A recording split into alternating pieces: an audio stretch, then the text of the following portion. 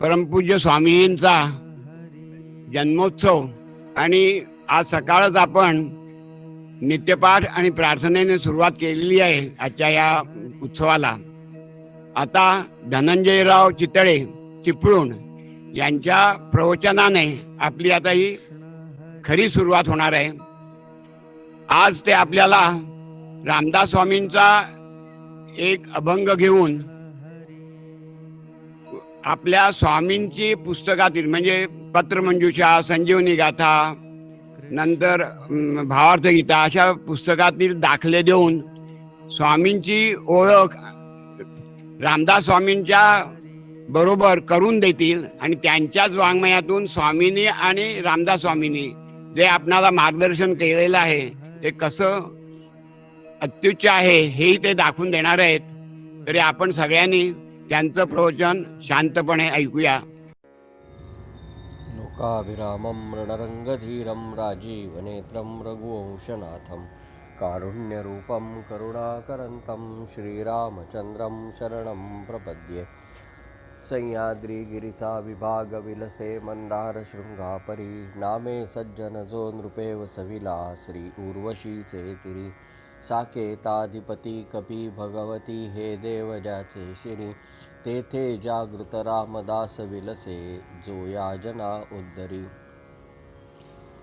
ज्या ज्या ठिकाणी मन जाय माझे त्या त्या ठिकाणी निजरूप तुझे. मी ठेवितो मस्तक ज्या ठिकाणी तेथे तुझे सद्गुरो पाय दोनी. अवधूत चिंतन श्री गुरुदेव दत्त.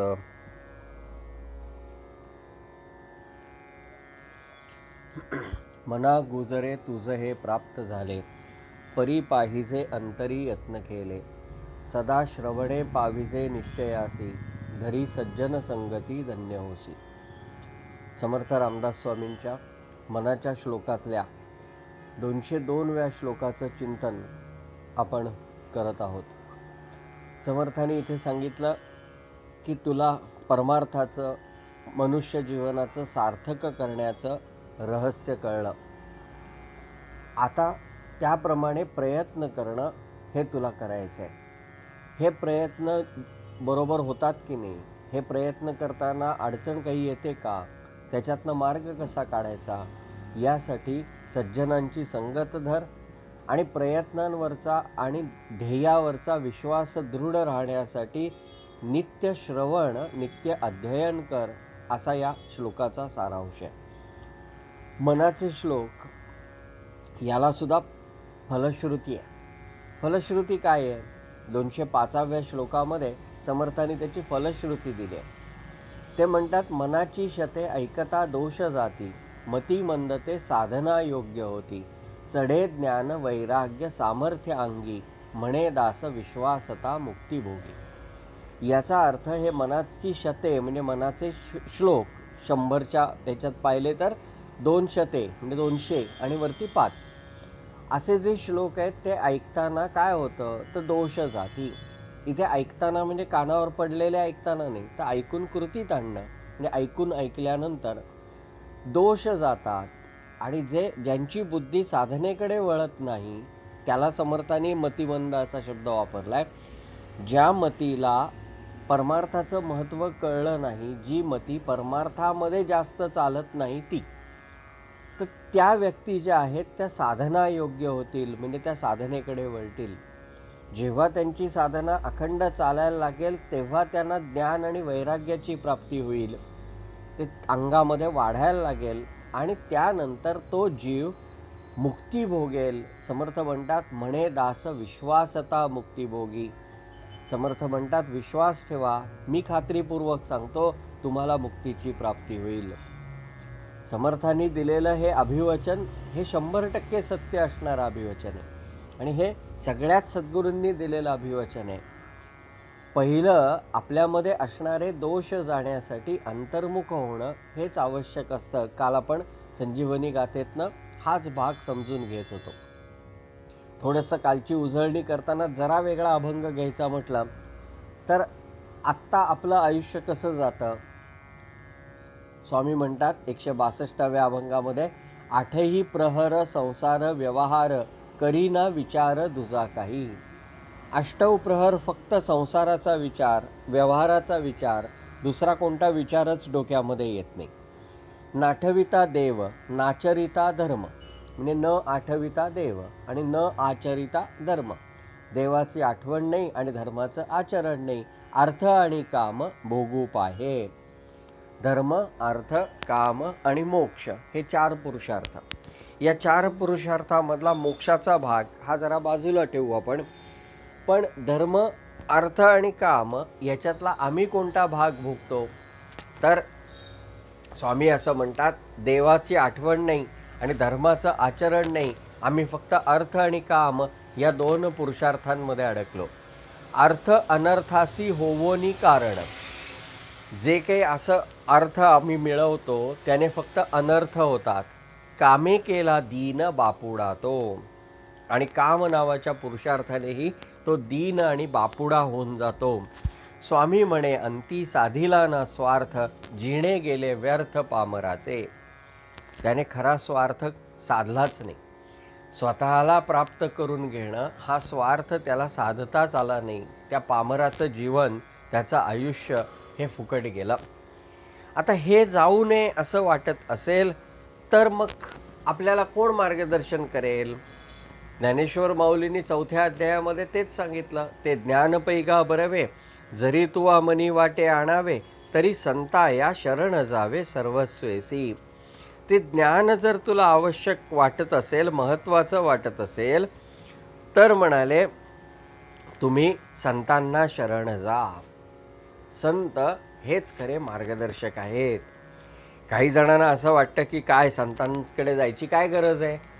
पण त्याच्यात सुद्धा स्वामींनी आपल्याला धोक्याचा इशारा देऊन ठेवला आहे. 174वा अभंग आहे पहा. सांगा का जावे संतासी शरण, काय संताविण ज्ञान नाही. संतांना शरण जाण्याची काय गरज आहे? संतांशिवाय काही ज्ञान मिळत नाही का? आमचं आम्ही समजून घेऊ. आम्हाला काय, आमच्याकडे पुस्तकं आहे, डिक्शनरी आहे. आत्ताच्या भाषेत सांगायचं झालं तर सगळं ह्याचं काय म्हणतात त्याला, आंतरजाल म्हणतो आपण. तसं माहितीचं मोठं जालच्या जाल आमच्यासाठी आता उपलब्ध आहे. आम्ही ते इंटरनेट इत्यादी माध्यमाच्या साहाय्याने वापरू शकतो. गुगल सर्च करू शकतो. पण त्याने ज्ञान मिळेल का? आम्हाला असं वाटतं, पण खरं तसं नाही. कारण असं की आम्हाला तिथे शब्दार्थ कळतील, पण अनुभवार्थ कळणार नाहीत, गूढार्थ कळणार नाहीत. एक छोटंसं उदाहरण देतो म्हणजे आपल्याला हा मुद्दा जास्त पटेल. ज्ञानेश्वर महाराजांनी ज्ञानेश्वरीमध्ये 4 ठिकाणी पायाळू असा एक शब्दप्रयोग केला आहे. आणि त्या पायाळू माणसाची उपमा त्यांनी या 3-4 ठिकाणी दिलेली आपल्याला दिसते. 12व्या अध्यायात आहे, 15व्या अध्यायात आहे, अशी ज्ञानेश्वरीमध्ये त्याची उदाहरणं आहेत. आता पायाळू म्हटल्यानंतर आपल्या डोळ्यासमोर काय येतं की आपल्याला काय माहिती आहे? तर ज्याचा जन्म होताना पहिल्यांदा पाय हे दिसतात तो पायाळू. पहिल्यांदा पायाकडून जो जन्माला येतो तो पायाळू. असं म्हटलं जातं की हा जो पायाळू असतो त्याच्या डोळ्यामध्ये जर विशिष्ट प्रकारचं अंजन घातलं तर त्याला म्हणे जमिनीच्या खाली असलेलं धन किंवा जमिनीच्या खाली असलेलं पाणी वगैरे दिसतं असं म्हणतात. अशी एक समजूत आहे. पण खरा पायाळू कोण? कारण माऊलींनी तिथे उदाहरणं देताना पायाळूचं उदाहरण दिलं खरं, पण त्यांनी सांगितलं हा पायाळू कसा आहे, तर या पायाळूला आत्मदर्शन होतं. आता हा असा लौकिक आयुष्यातला, लौकिक जीवनातला पायाळू, त्याला आत्मदर्शन होईल का? परमपूज्य सद्गुरू मामासाहेब देशपांडे यांनी याचा फार सुंदर अर्थ सांगितला. अरे म्हणाले, तसा पायाळू घ्यायचा नाही. ते म्हणतात की जसं एखाद्याच्या हृदयामध्ये दया असते तेव्हा आपण म्हणतो तो दयाळू आहे. एखाद्याच्या अंतःकरणामध्ये कृपा असते त्याला आपण म्हणतो कृपाळू आहे. तसं ज्याच्या हृदयामध्ये सद्गुरूंचे पाय स्थिर असतात ना, तो पायाळू आहे. आता हेही पटणार आहे, कारण सद्गुरूंचं स्थान कुठे आहे? माऊलींनीच सांगितलंय, मज हृदयी सद्गुरू जेणे तारिलो हा संसार पुरू, म्हणून विशेषे अत्यादरू विवेकावरी. किंवा 15व्या अध्यायाच्या प्रारंभीच त्यांनी म्हटलंय की आता हृदय हे आपुले चौफाळून या भले, वरी बैसऊ पाऊले श्री गुरूंची. म्हणजे आता ह्याही ओव्या ध्यानी घेतल्या तर परमपूज्य सद्गुरू मामासाहेबांचं म्हणणं आपल्याला अगदी 100% पटतं. पायाळू कोण? ज्याच्या हृदयामध्ये सद्गुरूंचे पाय स्थिर आहेत, चरण स्थिर आहेत, तो पायाळू. भगवंतांची प्राप्ती कुणाला होईल, आत्मदर्शन कुणाला होईल? तर ज्याच्या हृदयात ते पाय स्थिर आहेत त्याला. म्हणून आता बघा, हे कुठल्या ग्रंथामध्ये असं आलंय, कुठल्या भाष्यकाराने असं लिहिलंय? तर हे भाष्यकार नाही सांगू शकत, हे अनुभवी ज्ञाते संत सांगू शकतात. कारण संत हे जाणते आणि दाविते आहेत. जाणते म्हणजे जाणणारे आणि दाविते म्हणजे दाखवणारे. ते अनुभव घेणारे आहेत, स्वतः घेतलेलेच आहेत, पण दुसऱ्यांना ते अनुभव देणारे आहेत. म्हणून संतांना शरण गेलंच पाहिजे, पर्याय नाही. स्वामींनी सांगितलं, सांगा का जावे संतांची शरण, काय संताविण ज्ञान नाही. कशासाठी व्हावी संतांची मध्यस्थी, आम्ही ब्राह्मी स्थिती स्वये गाठू. असं लोक म्हणतात. हे लोकांचे उद्गार आहेत. आपण जर अभंग काढून पाहिलात, 174वा अभंग आहे, तर हे जे 2 चरण आहेत त्याला उद्गारवाचक चिन्ह आहे. म्हणजे अवतरण चिन्हामध्ये हे का दिलंय त्यांनी, तर याचा अर्थ असा की हे त्या लोकांचे उद्गार आहे. आता त्याला स्वामींचं उत्तर असं आहे, नका बोलू ऐसे पावाल पतन, तुम्हा अभिमान नागविल. स्वामी म्हणे संत ब्रह्ममूर्तिमंत, विश्वकल्याणार्थ वावरती. हे संत म्हणजे दुसरं तिसरं काही नाही, हे परब्रह्म आहे. आणि नुसतं नाही, मूर्तिमंत परब्रह्म आहे. म्हणून अशा संतांना नित्य शरण गेलं पाहिजे. त्या संतांकडे गेलं तरच आपल्यावरती काहीतरी कृपा होणारे, आपल्याला काहीतरी समजणारे. त्यांनी धन्य ते संत, धन्य लोकी तोची संत, असा एक पालुपदाचा पण एक अभंग लिहिलाय. 86वा अभंग आहे बघा. आणिकांचे सुख देखोनी जो सुखी, होय धन्य लोकी तोची संत. तोही पहा. म्हणजे संतांची लक्षणंही आपल्या लक्षात येतील. आता संतांकडे गेल्यानंतर काय करावं, त्यांना काय विचारावं? साधारणपणाने आम्ही सध्याच्या काळामध्ये संत, सत्पुरुष, सद्गुरू म्हणजे समस्या निवारण केंद्र केली आहे, की तिथे जायचं आणि फक्त व्यावहारिक अडचणी विचारायच्या, याच्यातनं बाहेर पडायचे. आम्ही काय करू, काहीतरी उपाय सांगा, कृपा करा, आमची अडचण निवारा, की आम्ही तुम्हाला टाटा करणार. मग परत अडचण येईल तेव्हा परत तुमच्याकडे येऊ. असंच सध्या सगळं व्यवहाराचं जग दिसतं. पण संतांना ते विचारायचं नसतं. समर्थ रामदास स्वामींनी सांगितलंय, देव कोण आणि मी कोण एवढंच विचारा, आणखीन काही विचारू नका. स्वामींनी तेच सांगताना सांगितलं, संतांशी सद्भावे करोनी प्रणिपात, काही आत्महित विचारावे. पहिलं काय करावं, तर सद्भावे करोनी प्रणिपात. संतांकडे गेल्यानंतर त्यांना अत्यंत आदरपूर्वक प्रणिपात करावा. आता हेच भगवद्गीतेत आहे ना, तद्विधी प्रणिपातेन परिप्रश्नेन सेवया. किंवा मगाशी जी ओवी उद्धृत केली, तरी संता या शरण जावे सर्वस्वेसी, तेच आहे की नाही. म्हणजे भगवद्गीता समजण्यासाठी जशी भावार्थ गीता आवश्यक आहे, ज्ञानेश्वरी समजण्यासाठी जसं अभंग ज्ञानेश्वरीचं चिंतन आवश्यक आहे, तसंच गीता आणि ज्ञानेश्वरी दोन्ही समजण्यासाठी संजीवनी गाथासुद्धा अभ्यासली पाहिजे. जसं एक सहज अभंग आठवला म्हणून सांगतो. याच संजीवनी गाथेतला आहे, उपजे ते नाशे नाशले पुनरपी दिसे, हे घटिका यंत्र जैसे परिभ्रमे गा. असं आपल्याकडे ज्ञानेश्वर महाराजांचं सांगणं आहे की या जगामध्ये जे जे निर्माण झालं ते ते नष्ट होतं, आणि जे जे नष्ट झालं ते ते पुन्हा निर्माण होतं. हे वाळूचं घड्याळ कसं असतं, घटिका यंत्र म्हणतात त्याला, ते कसं वर खाली करून फिरवलं जातं. म्हणजे वरच्या ह्याच्यातली वाळू खाली आली की खालची बाजू वर करायची की ते परत खाली येतं. तसं म्हणाले हे चक्र चालू आहे. आता हाच दाखला याच अर्थाने स्वामींनी 28व्या अभंगात दिलाय पहा. जन्मासंगे मृत्यू, मृत्यूसंगे जन्म, चक्र नेमी क्रम ऐसा चाले. दिनामागे रात्र, रात्री पाठी दिन, घटिका यंत्र जाण निसर्गाचे. सुखापाठी दुःख, दुःखापाठी सुख, रहाटी ती देख जगताची. स्वामी म्हणे स्थिर, हरिपद एक, तेथेची निशंक राहे सदा. तेच आहे. इतकंच कशाला, विष्णू सहस्रनाम आपण म्हणतो ना, त्या विष्णू सहस्रनामातल्या सुद्धा अनेक शब्दांचे अर्थ जर तुम्हाला समजून घ्यायचे असतील तर या संजीवनी गाथेचा खूप मोठा लाभ आपल्याला होतो. उदाहरणार्थ वासुदेव शब्द जो आहे ना, त्या वासुदेव शब्दाचा अर्थ भगवत पूज्यपाद शंकराचार्यांनी आपल्या शांकर भाष्यामध्ये सांगितला आणि सांगितला सर्व विश्वाला व्यापून उरतो तो वासुदेव. आता हाच भाव किंवा हाच अर्थ स्वामींनी आपल्या 159व्या अभंगामध्ये सांगितलेला आपल्याला दिसेल. पहा, वासुदेवा विण न देखे दर्शन, वासुदेवी मन स्थिरावले, आता अंतर्बाह्य वसे वासुदेव, नसे रीता ठाव अणू मात्र. तेच आहे की काय वेगळं आहे?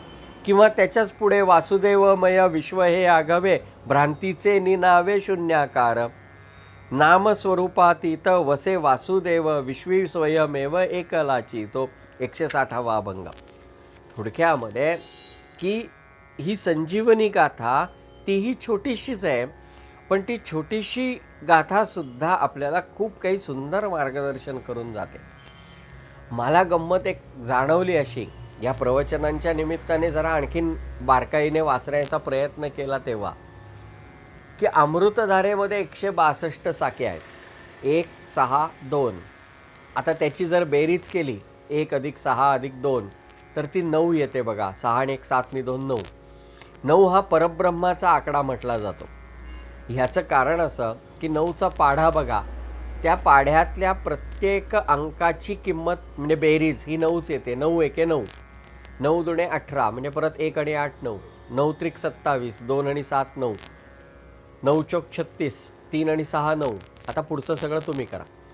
म्हणजे सगळ्या आकड्यांमध्ये 9 हा स्थिर राहतो, म्हणून 9ला परब्रह्माचा आकडा, परब्रह्माचं अंकरूप असं म्हणूया आपण.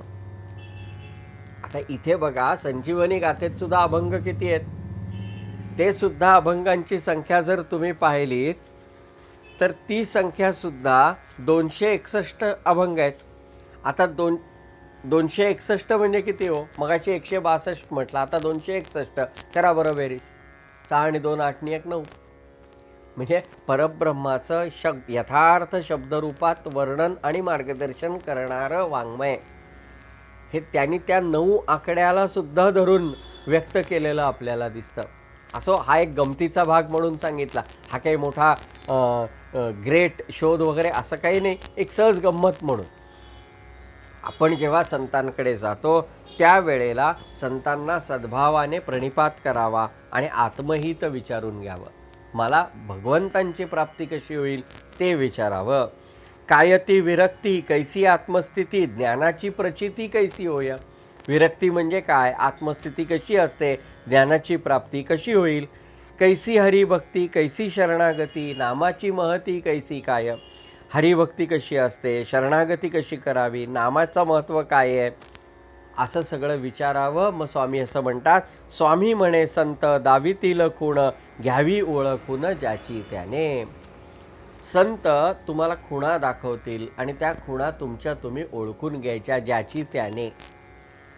संत बोलताना सरळ म्हणजे व्यवहारातलं बोलण्यासारखं वाटले ना तरी ते व्यवहारातलं तेवढ्यापुरतंच असतं असं नाही. एक उदाहरण सांगतो आपल्याला. परमहंस परिव्राजकाचार्य श्रीमद वासुदेवानंद सरस्वती टेंबेस्वामी महाराज यांच्याकडे एक मुलगा गेला. मुलगा म्हणजे साधारणपणाने 18-19 वर्षाचा वगैरे कदाचित असेल अशा अवस्थेतला. दर्शन वगैरे घेतलं. मग स्वामींकडनं त्यांनी मंत्र घेतला, म्हणजे आपण काय म्हणूया त्याला अनुग्रह घेतला. तो अनुग्रह घेतल्यानंतर मग त्याचं ते साधन वगैरे चालू झालं. आता त्याची आणि स्वामींची पुन्हा परत कधी भेट झाली नाही. पण या माणसाची किंवा ह्या तरुणाची पुढे खूप प्रगती झाली. परमार्थामध्ये खूप मोठा अधिकारी असं एक व्यक्तिमत्व या तरुणामध्ये तयार झालं. परमपूज्य सद्गुरू श्री गुळवणी महाराज आपल्या काही मंडळींबरोबर यांना भेटायला गेले. त्यावेळेला गुळवणी महाराजांनी यांना विचारलं, का हो तुमची आणि थोरल्या महाराजांची म्हणजे टेंबेस्वामी महाराजांची भेट किती वेळा झाली? त्यांनी सांगितलं, नाही, एकदाच भेटलो आम्ही.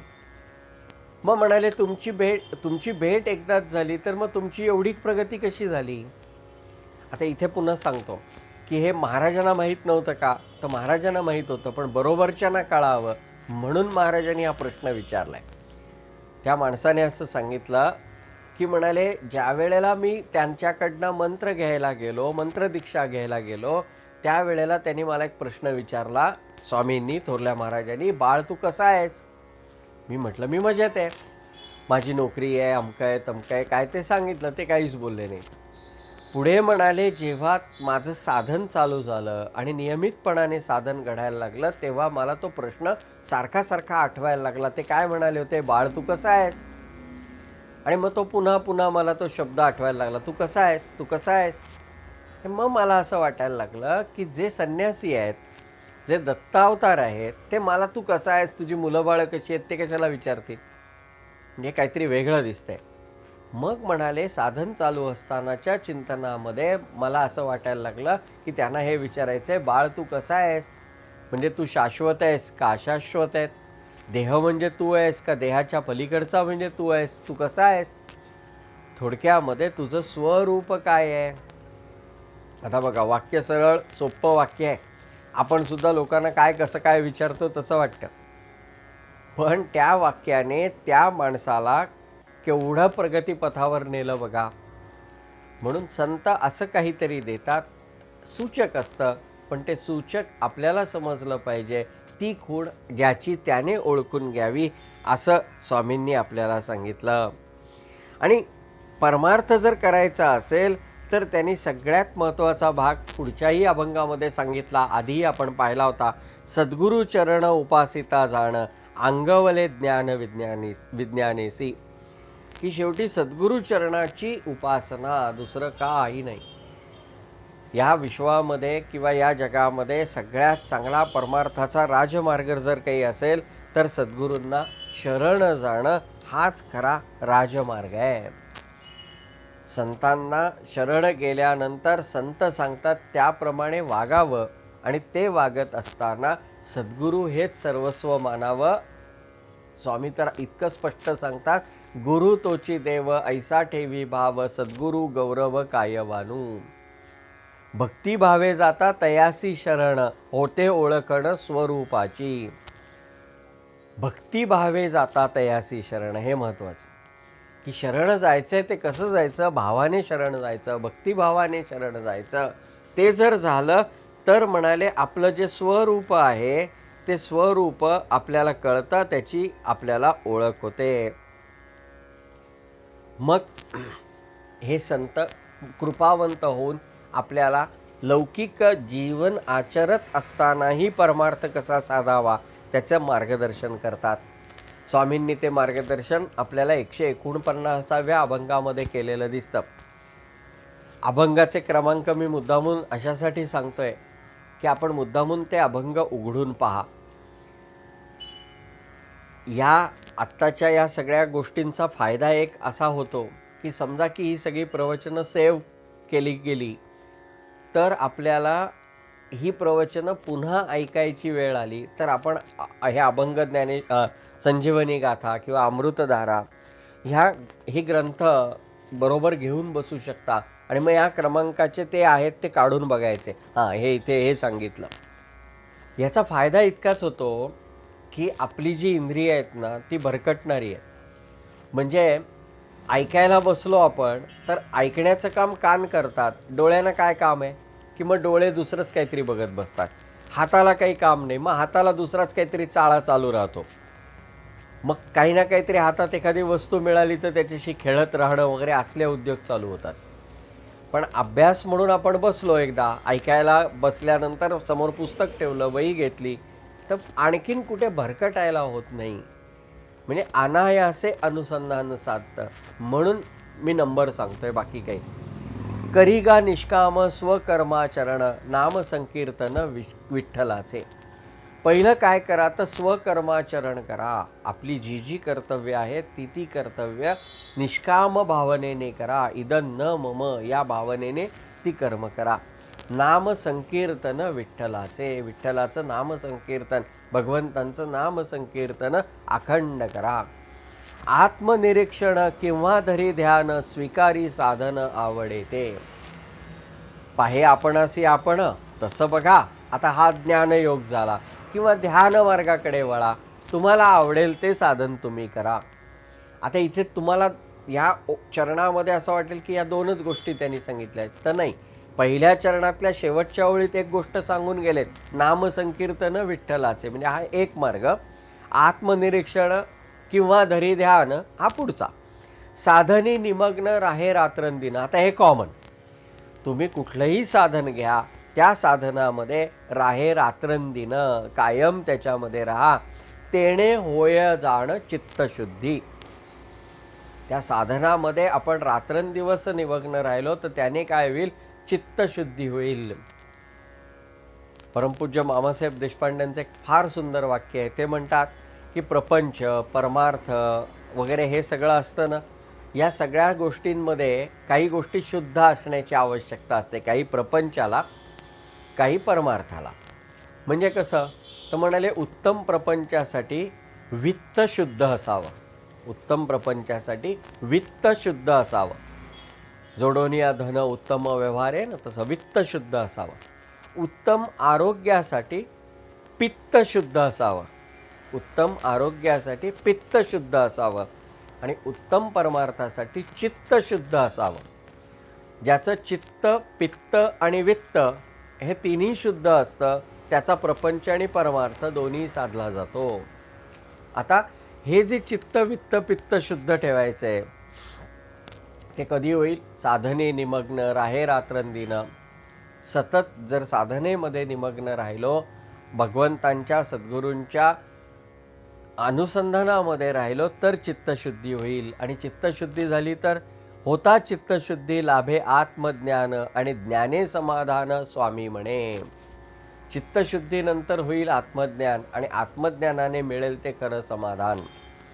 तुम्ही आम्ही सगळेजण जो काही खटाटोप करतो ना, तो या समाधान प्राप्तीसाठीच खटाटोप करत असतो, दुसरं काही आपण करत नाही. जे आपल्याला मिळवायचे ते फक्त समाधान मिळवायचे. समर्थ रामदास स्वामींनी सुद्धा या समाधानाबद्दलच सांगितलं मनाच्या श्लोकात. आणि ते सांगताना सांगितलं की म्हणाले, नवे योगयागे नवे भोगत त्यागे, समाधान ते सज्जनाचे नियोगे. योगयागाने, भोगत त्यागाने वगैरे नाही, सज्जनांच्या मार्गदर्शनाने, संतांच्या मार्गदर्शनाने ते समाधान मिळेल. मग आम्हाला इथे अडवणारं कोण आहे? स्वामींनी या आपल्या संजीवनी गाथेमध्ये 3 विकारांना आपल्या परमार्थातले अडथळे म्हटले. यमकपुरीकडे नेणारं तिहेरी द्वार असं म्हटलंय, काम, क्रोध आणि लोभ. मग याच्यातनं पार कसं व्हायचं? हे जिंकायचे कसे? सांगायला फार सोपं आहे. जसं आपण त्या अमृतधारेमध्ये पाहिलं होतं, तर परोपदेशे पांडित्य, सोपं आहे ते. पण खरंच विकार आवरणं शक्य आहे का? सोपं आहे का? आम्हाला वाटतं नाही आम्ही विकार आवरू शकतो, आम्ही आवरले, आमचा कंट्रोल आहे. अजिबात काही नसतं. एक भाऊसाहेब फॉरेस्ट नावाच्या माणसांची गोंदवलेकर महाराजांच्या चरित्रातली गोष्ट फार सुंदर आहे. कशावरनं तरी विषय निघाला आणि त्यांनी महाराजांना सांगितलं की मी क्रोध जिंकलाय. महाराज म्हणाले, अरे वा, फार छान झालं. काही दिवस गेले आणि महाराजांनी आपला एक शिष्य होता, त्याला जे सांगेल ते तो ऐकत असे. त्याचं नाव रुपलक. महाराजांनी त्या रुपलकला सांगितलं, रुपलक एक काम आहे. तो म्हणाला, काय महाराज? भाऊसाहेबांना चिडवायचं, त्यांना राग आला पाहिजे. मग इतकंच ना, सोप्पं आहे. भाऊसाहेब तुकारामांचे अभंग वहीत लिहित बसले होते. हा जाऊन तिथे बाहेर बसला पायरीवरती आणि त्यांनी विचारलं, भाऊसाहेब काय करताय? त्यांनी शांतपणे सांगितलं, अरे तुकारामांचे अभंग लिहितोय. बरं. 2 मिनटं गेली, परत, भाऊसाहेब काय करताय? अरे तुकारामांचे अभंग लिहितोय. असं त्याने 5-7 वेळा विचारलं. आता एकच माणूस एकच प्रश्न दर 2-3 मिनिटांनी परत परत विचारायला लागला तर आपलं काय होतं? तसंच झालं आणि भाऊसाहेब चिडले. त्यांचा तो स्वर त्याला कळला की आता रागावलेत. त्याच्यावरती त्याने आणखीन एक गोळी दिली. म्हणाला की यांच्या आता निम्म्या गोऱ्या गेल्या तीर्थावरती, घाटावरती, आणि आता बसलेत अभंग लिहायला, काय उपयोग आहे त्याचा? एवढं म्हटल्याबरोबर त्या भाऊसाहेबांच्या तळपायाची आग मस्तकाला गेली. तो ओळी काढायचा रूळ होता हातात, तो रूळ घेतला आणि म्हणाले, तुला दाखवतोच आता कोण म्हातारं झालं ते. रुपलक तसाच धावत निघाला. जा रे, म्हणाला, मी काय तुझ्या तावडीत सापडतोय, दाखवतो तुला, असं म्हणून ते धावायला लागले. धावत धावत रुपलक महाराजांच्या खोलीकडे आला महाराजांच्या खोलीत शिरला आणि महाराजांना म्हणाला, महाराज लचांड आणलंय, सांभाळा आता. भाऊसाहेब मागोमाग आलेच आणि रुपलककडे बोट करून महाराजांना म्हणाले, महाराज याला काय ते सांगा, माझा राग फार वाईट आहे. महाराज म्हणाले, अहो भाऊसाहेब, तुमचा राग गेला होता ना, तुम्ही क्रोधावर विजय मिळवला होता. भाऊसाहेब म्हणाले, अरे खरं की मी विसरलोच. ही आमची अवस्था आहे. मग तो विकार, काम क्रोधाचा किंवा इतर कुठलाही, तो ताब्यात कसा येईल? स्वामींनी 164व्या अभंगामध्ये त्याचंही मार्गदर्शन केलं आहे. स्वामी म्हणतात, साधके सर्वदा असावे सावध, यत्ने काम क्रोध आवरावे. अंतरी जागृत ठेवावा विवेक, लक्षुनिया एक आत्मरूप. कायम सावध राहावं. जसं बघा, सावध राहणं म्हटलं ना की लोक म्हणतात, आहे काय, आम्हाला काय कळतं का की काम क्रोध हे आता अनिवार्य होणार आहेत, सावध कसं राहायचं?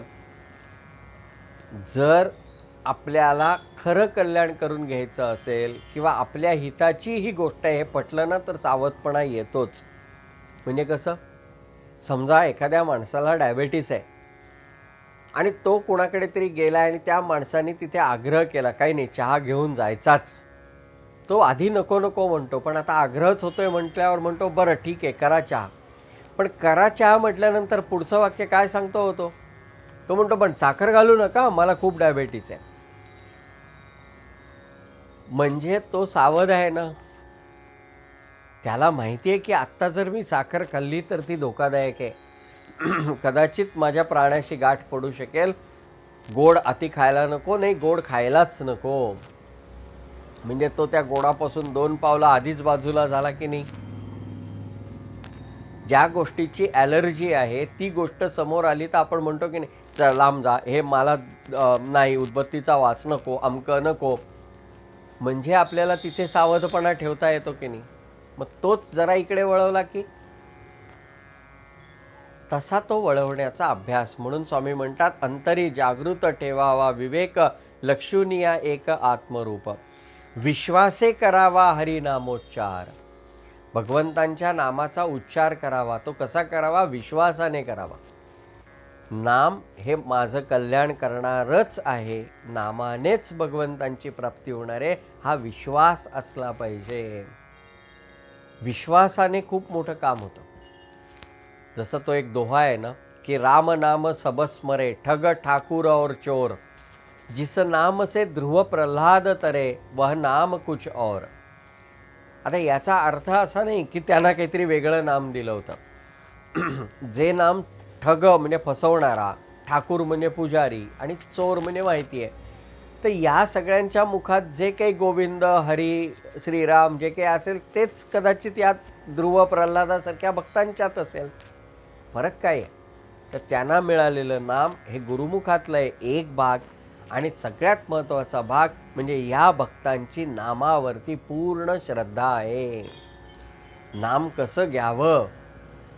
आपण बघा, नामस्मरण हा शब्द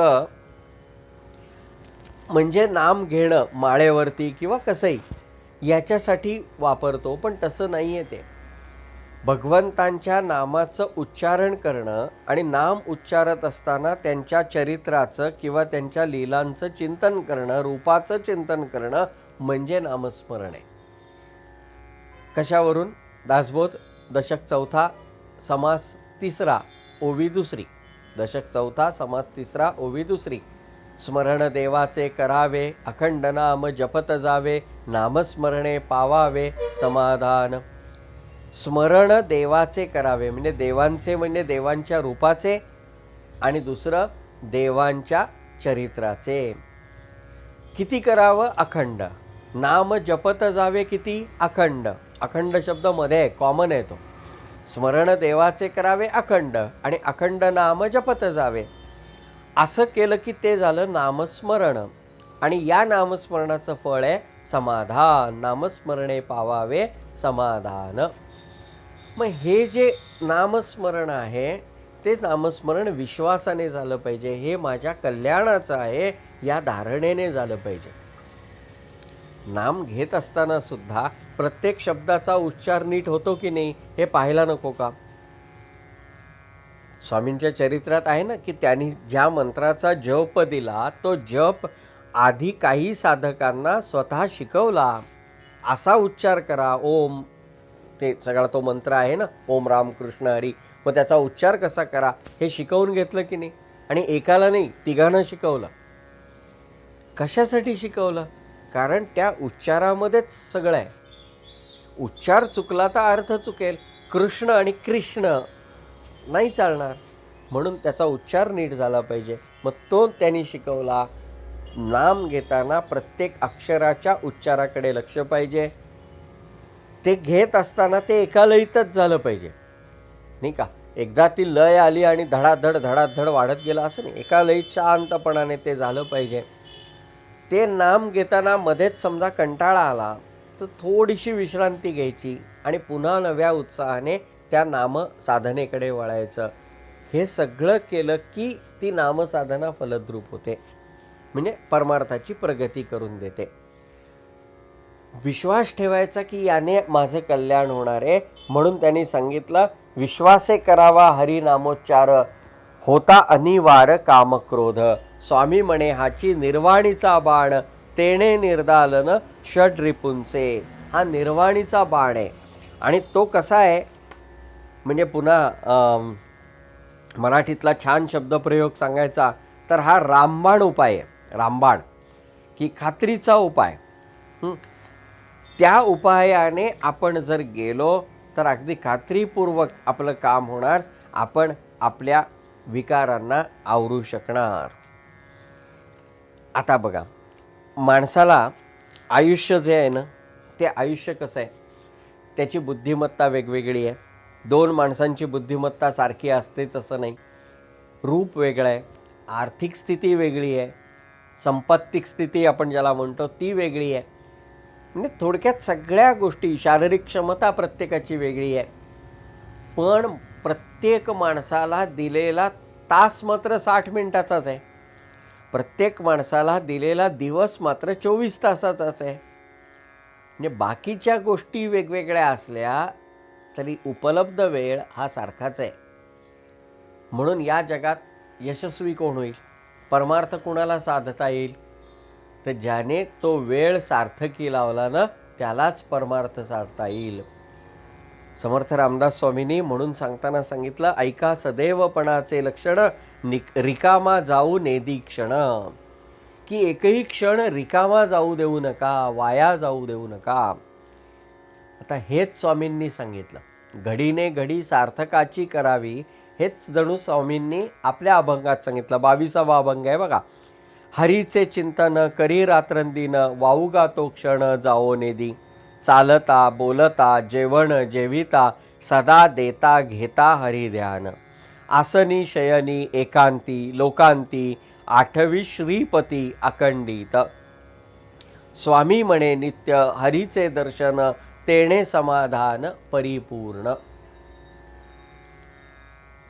जसा ज्ञानेश्वर महाराजांचा हरिपाठ आहे ना, तसाच एकनाथ महाराजांचा पण हरिपाठ आहे.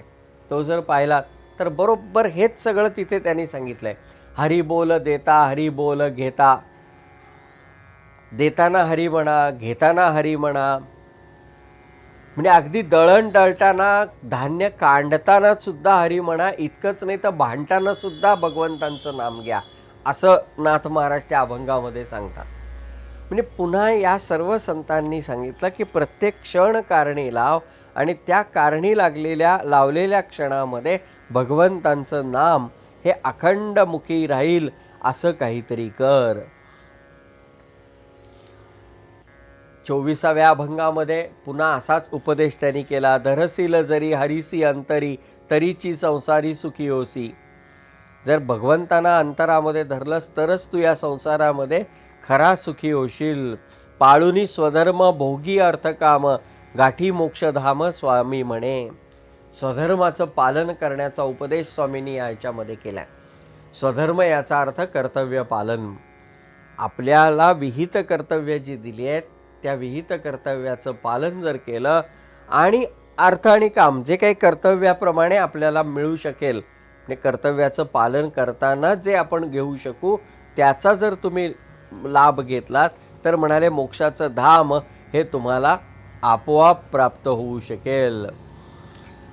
कितीतरी तुम्ही अभंग पाहिले तरी त्या अभंगामध्ये शेवटच्या चरणात किंवा कुठेतरी सुख, समाधान असे शब्दप्रयोग स्वामींनी केलेले आपल्याला दिसतात. 26व्या अभंगामध्ये म्हणून या करी हरीचे चिंतन, तेणे समाधान स्वामी म्हणे. म्हणजे प्रत्येक ठिकाणी समाधानाचा राजमार्ग त्यांनी दाखवला आहे आणि तो राजमार्ग आहे भगवंतांच्या नामाचं, भगवंतांच्या रूपाचं चिंतन, हरीचे चिंतन. जेव्हा भगवंतांचं असं चिंतन व्हायला लागतं त्यावेळेला गंमत अशी होते की ती एक अनावर उत्सुकता लागते, मला देव कधी भेटतील, मला भगवंतांचं दर्शन कधी होईल. आणि मग तो जो साधक आहे, तो भक्त आहे ना, तो तळमळायला लागतो. कारण वाटतं देव भेटावेत पण देव काही तसे पटकन भेटत नाहीत. मग समर्थांसारखा जो साधकावस्थेत असतो, म्हणजे पहिल्या अवस्थेतलं मी सांगतोय, मग ते काय म्हणतात नाही का, अनुदिन अनुतापे तापलो राम राया, परमदिन दयाळा नीरसी मोह माया, अचपळ मन माझे नावरे आवरिता, तुझ विणशिण होतो धावरे धाव आता. ते देवांना हाक मारतात, अरे तुझ्याशिवाय क्षीण होतो रे, कधी मला भेटशील, मी वाट पाहतोय. तुकाराम महाराजांसारखा संत असतो तो भेटी लागे जीवा, लागलीसे आस, पाये रात्रंदिवस वाट तुझी म्हणतो. ज्ञानेश्वर माऊलींच्या अनेक विरहिणी प्रसिद्ध आहेत याच प्रकारचा भाव सांगणाऱ्या. मग त्याच प्रकारची भावना स्वामींच्या आयुष्यात सुद्धा आली असेल. कारण स्वामींचे या संजीवनी गाथेतले काही अनुभव, काही अभंग हे असेच आहेत, या प्रकारचा अभंग दाखवणारे, अनुभव दाखवणारे. कागा माझा तुझ नये कळवळा, उदारा दयाळा पांडुरंगा, दर्शनासी आस लागली जीवास, झालो कासावीस तुझ विण, दाटला हा गळा लागे ना तो डोळा, वाहे घळ गळा अश्रुधारा, उताविळ मन सुटू पाहे भान, दाखवी चरण स्वामी म्हणे. तीच अवस्था आहे, डोळ्याला डोळा लागत नाही, गळा दाटून येतोय, घळाघळा अश्रुधारा वाहत आहेत, मन उतावीळ झालंय, तुमचं दर्शन कधी होईल अशी भावना आतमध्ये तयार झाली आहे. 91वा अभंग तसाच आहे. 92वा रूप चतुर्भुज तुवा चक्रपाणी, ध्रुवा मधुवनी दाविले जे, तेची देखावया भुकेले हे डोळे, काय सांगो झाले उतावीळ. तेच आहे, संतांच्या मनामध्ये तो कळवळा इतका असतो की त्यावेळेला त्यांनी नुसती देवांची नावं घेतली ना तरी सुद्धा त्याच्यातनं एक सुंदर रचना तयार होते. म्हणजे मला नेहमी थोरल्या महाराज म्हणजे टेंबेस्वामी महाराजांची एक रचना आठवते. हरिभक्तपरायण दत्तदास बुवा घाग यांनी ती अतिशय लोकप्रिय केलेली रचना आहे बघा. त्यांच्या कीर्तनाच्या प्रारंभी ते म्हणायचे, ये रे कृष्णा तिरीच्या वसणाऱ्या, ये औदुंबरी बसणाऱ्या, ये काशायांबर घेणाऱ्या, पायी खडावा घालणाऱ्या, वासुदेवाच्या कैवाऱ्या, दंडकमंडलू घेणाऱ्या वगैरे असं ते वर्णन आहे. आता सरळ जर आपण पाहिलं तर त्याच्यामध्ये काव्यदृष्ट्या असं काही मोठं आहे का हो. ये रे कृष्णातिरीच्या वसणाऱ्या, कृष्णातिरी राहणाऱ्या त्या स्वामींना त्यांनी बोलावलं, भगवान दत्तात्रेयांना त्यांनी बोलावलं. तुम्ही कसे आहात, काशायांबर घेणाऱ्या म्हणजे घालणाऱ्या, भगवी वस्त्र घालणारे आहात, पायी खडावा घालणारे आहेत, दंडकमंडलू घेणारे आहेत, औदुंबरी राहणारे आहेत आणि वासुदेवाचे कैवारी आहेत म्हणजे टेंबेस्वामी महाराजांचे कैवारी आहेत. पण तो जो कळवळा आहे ना, तो कळवळा इतका त्या रचनेमध्ये भरलेला आहे की याच्या इतका सुंदर अप्रतिम भक्तिभावाने ओतप्रोत भरलेला अभंग हा शोधावाच लागेल, इतके सुंदर. मग तसं 93वा अभंग आहे ना, त्याच्यात स्वामींनी फक्त देवांची नावं घेतली आहेत पहा. रूप तुझे देवा दाखवी केशवा, मुकुंदा माधवा नारायणा, अच्युता अनंता कृष्णा दामोदरा, गोविंद श्रीधरा ऋषिकेशा, हरी जनार्दना रुक्मिणी रमणा, देवकी नंदना वासुदेवा. 3 चरणात किती नामं येऊन गेली बघा. मग असे देव जर प्रकट झाले तर काय आनंद होईल ना. तो आनंद सुद्धा स्वामींनी अनुभवला आणि ते रूप चतुर्भुज सुंदर सावळे अजिम्या देखिले श्रीहरीचे म्हणून त्याचंही वर्णन केलं.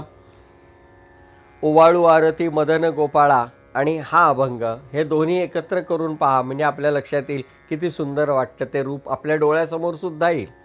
नाथ महाराजांची प्रतिभाशक्ती ओवाळू आरतीमध्ये आणि स्वामींची ही प्रतिभाशक्ती या संजीवनी गाथेतल्या 95व्या अभंगामध्ये दोन्ही ठिकाणी तितक्याच तोलामोलाची आहे.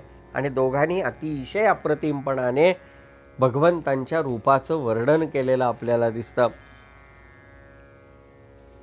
या प्रकारे संजीवनी गाथेमध्ये आपल्याला अनेक विषय पाहता येतील, अनेक विषय.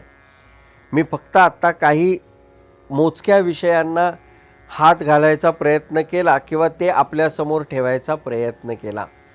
पण अशा अनेक गोष्टी आहेत की ज्या गोष्टी आपण या अभंगांच्या आधारे पाहू शकतो.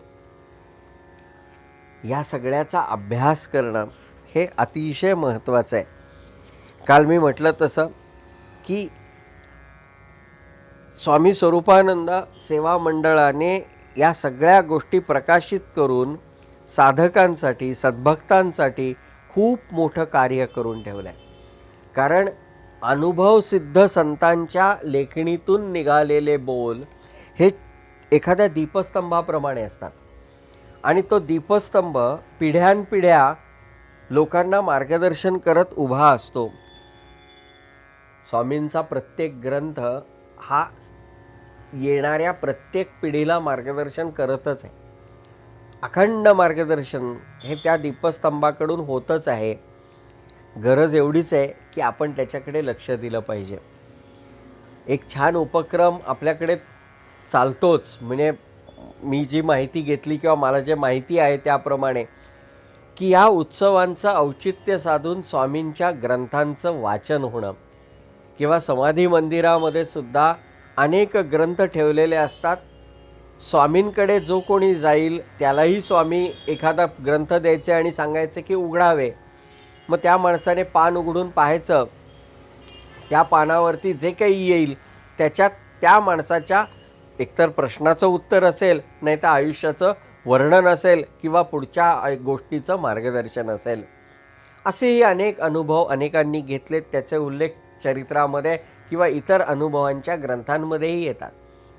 म्हणजे थोडक्यामध्ये स्वामींच्या ग्रंथांचं वाचन हे काही मी वेगळं सांगितलं असं नाही, ते अनेक वर्ष चालू आहेच, सतत सगळीकडे ते चालू आहेच. पण आता ते आणखीन चांगल्या पद्धतीने व्हावं असं मला वाटतं. परंपरेतल्या माणसाने तर ते प्रेमाने केलंच पाहिजे, कारण मना गुजरे तुझ हे प्राप्त झाले. हे गुज म्हणजे परंपरेने दिलेलं साधन असतं की उपासना कशी करावी, सोहम साधना जर असेल तर ती कशी करावी हे परंपरा काहीतरी सांगत असेलच ना.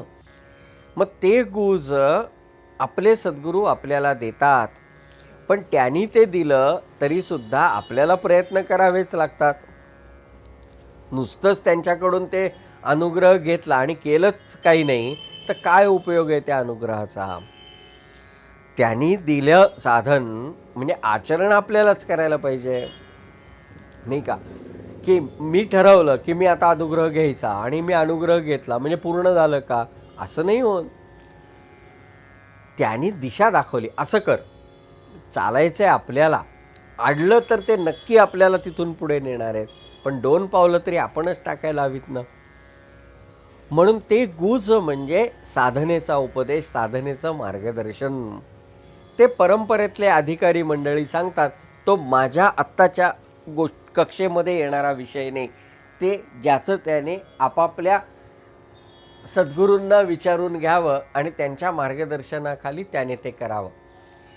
माझी मर्यादा फक्त पुस्तकाच्या अभ्यासापर्यंतच आहे, एवढंच मी प्रामाणिकपणाने सांगतो. कारण मी स्वतः अजून साधनच करणार आहे. त्यामुळे साधनेबद्दल मी काही सांगावं इतका माझा अधिकार अजिबात नाही, म्हणून मी त्या गोष्टीकडे वळत नाही. गुज हे प्राप्त झाले परी पाहिजे अंतरी यत्न केले. ते कायम केलं पाहिजे आणि त्याचं त्या गोष्टीच्या संबंधित ग्रंथांचं नित्यचिंतन केलं पाहिजे. कारण नवीन नवीन गोष्टी, नवीन नवीन बारकावे हे कळतच राहतात. सगळं एकाच वेळेला पटकन कळत नाही. हळूहळू काही गोष्टी कळतात. ज्या गोष्टी कळतात त्या जर आचरणात आणल्या तर आपलं साधन अधिकाधिक परिपूर्ण व्हायला लागतं. म्हणून सदा श्रवणे पाविजे निश्चयासी, म्हणून सदा श्रवण करावं. संतांची परंपरेतल्या वेगवेगळ्या सद्गुरूंची चरित्र वाचावीत, ज्याने त्या लोकांनी केलेलं साधन कळतं. बऱ्याच वेळेला लोक संतांच्या चरित्रातले चमत्कार फक्त पाहतात, पण चमत्कारासाठी नाही पाहू. हे ग्रंथ जे आहेत त्या ग्रंथातून त्यांनी सांगितलेलं साधन समजून घ्यावं, त्यांनी केलेला उपदेश समजून घ्यावा, आणि महत्त्वाचं त्यांनी कशी उपासना केली तेही समजून घ्यावं. संतांच्या चरित्रांच्या चिंतनाने, वाचनाने किंवा भगवंतांच्या चरित्र वाचनाने आपल्यातला भाव जागृत होतो. त्या साधनेवरचं, देवांवरचं, सद्गुरूंवरचं प्रेम वाढायला लागतं. म्हणून सदा श्रवणे असं समर्थांनी सांगितलंय. ते करून निश्चयाला प्राप्त व्हावं. आता पहा की जयंती उत्सवाच्या निमित्ताने ही सगळी सेवा चालू आहे. स्वामींचा जयंती उत्सव तिथीने पावसला होतो, हजारो लोक पावसला येतात. पण आज ह्या अशा अवस्थेमध्ये इतक्या मोठ्या संख्येने लोक येणं शक्य नाही. म्हणून आता सगळी मंडळी घरोघर उत्सव करतील. स्वामींचा जन्मोत्सव हा घरोघर होईल. म्हणजे वाईट वाटायची गोष्ट ही की आपल्याला प्रत्यक्ष पावसला उत्सव करता येत नाही, मी सगळे एकत्र येता येत नाही, हे वाईट, दुःखाचं. पण त्याच्यात आनंद मानायचा असा की पूर्वी स्वामींचा उत्सव एखाद दोन ठिकाणी होत असेल जन्मोत्सव, तर या निमित्ताने आज स्वामींचा जन्मोत्सव किती घरांमध्ये होणार आहे एकाच वेळेला, नाही का? आपल्या घरातनं आपण एखाद दोन जण उठून पावसला येत असू, तर आता या उत्सवाच्या घरोघर होणाऱ्या उत्सवाच्या निमित्ताने आपल्याबरोबर आपले कुटुंब, आपले आणखीन जो कोणी आप्तेष्ट असतील ते एकत्र येऊन तिथे उत्सव करणार नाहीत का? म्हणजे हा झाला सकारात्मक भाग त्याच्यातला. पण हा जयंती उत्सव साजरा करत असताना गोंदवलेकर महाराज एक गोष्ट सांगतात, ती कायम लक्षात ठेवावी.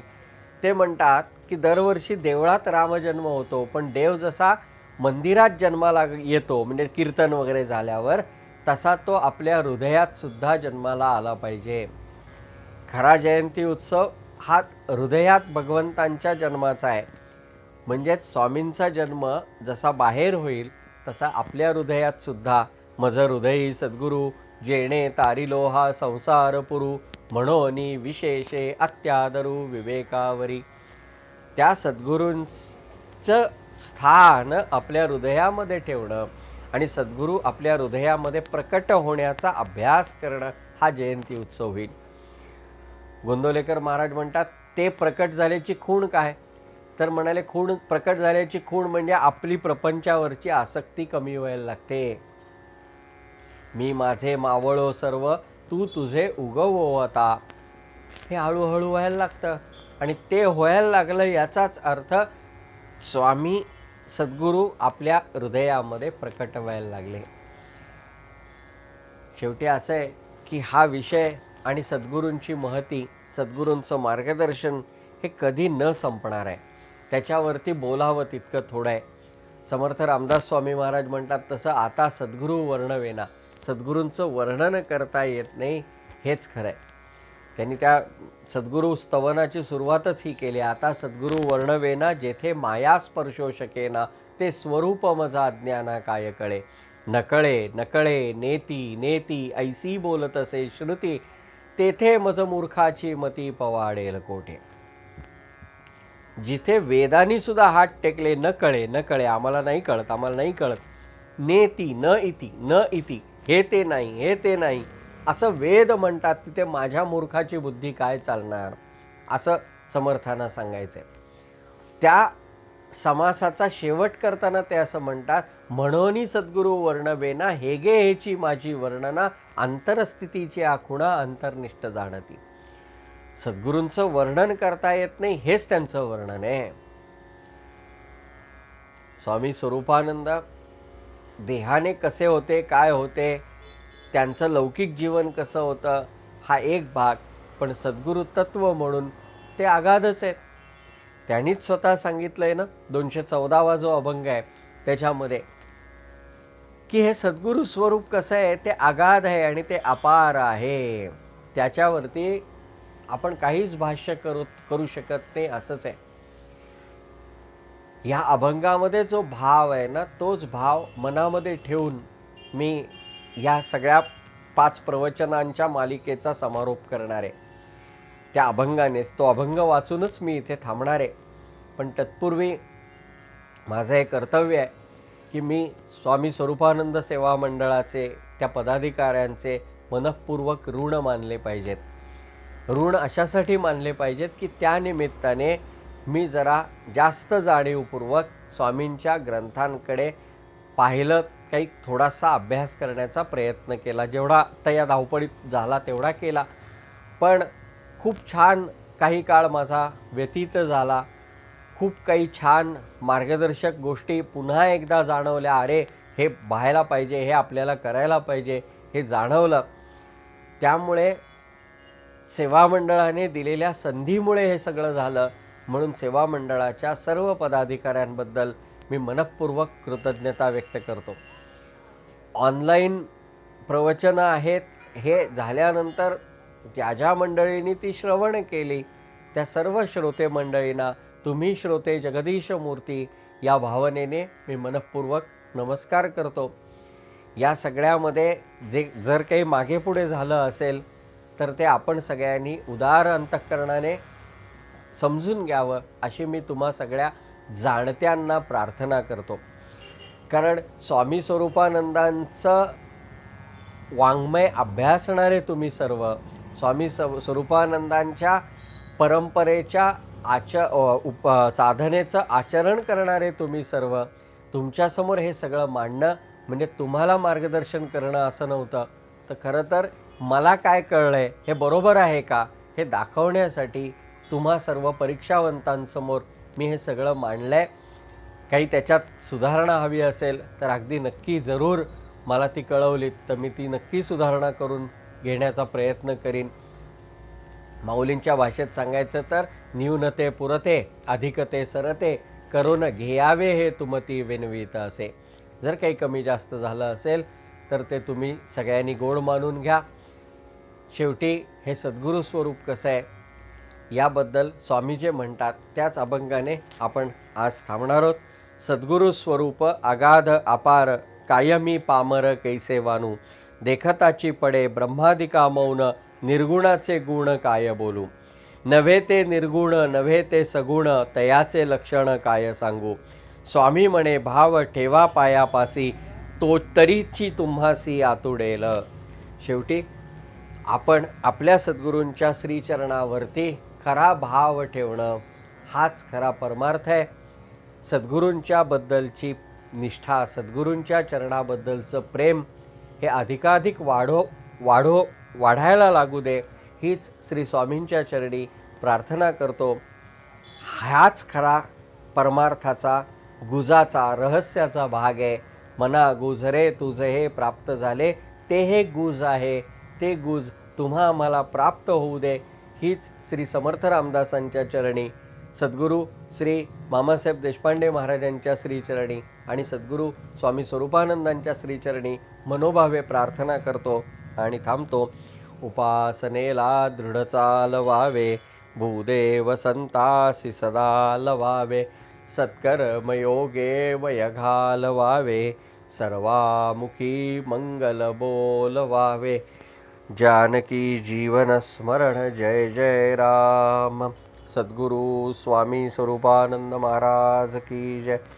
भक्तवत्सल भक्ताभिमानी सद्गुरू योगीराज श्री मामा महाराज की जय. अवधूत चिंतन श्री गुरुदेव दत्त.